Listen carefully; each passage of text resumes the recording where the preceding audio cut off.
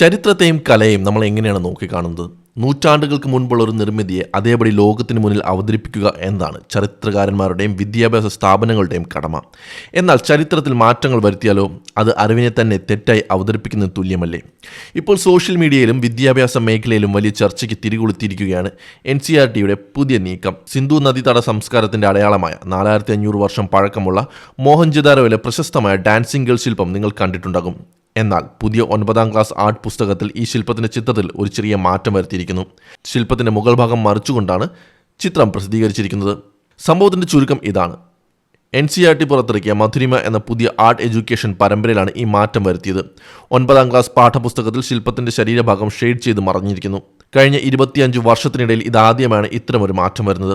പലർക്കും സംശയം വരാം, ഇതൊരു വലിയ കാര്യമാണോ എന്ന്. എന്നാൽ ചരിത്രകാരന്മാരും പണ്ഡിതന്മാരും ഇതിന് കാണുന്നത് സെൻസർഷിപ്പ് അഥവാ നിരോധനം എന്നാണ്. 4500 വർഷം പഴക്കമുള്ള ഈ വെങ്കല ശില്പം സിന്ധു നദീതട സംസ്കാരത്തിലെ ലോഹ നിർമ്മാണ വിദ്യയുടെയും കലാപരമായ വൈദഗ്ധ്യത്തിൻ്റെയും ഏറ്റവും മികച്ച ഉദാഹരണമാണ്. അതിൻ്റെ യഥാർത്ഥ ഭാവവും ഘടനയുമാണ് ചരിത്രപരമായി നമ്മൾ പഠിക്കേണ്ടത്. ഈ തീരുമാനത്തിനെതിരെ ശക്തമായ പ്രതിഷേധമാണ് വരുന്നത്. NCERTയുടെ 6ാം ക്ലാസ് സോഷ്യൽ മീഡിയ സയൻസ് പാഠപുസ്തക വികസന സമിതി നയിച്ച പ്രശസ്ത ചരിത്രകാരൻ മിഷേൽ ദാനിനോ ഇതിനെ രൂക്ഷമായി വിമർശിച്ചു.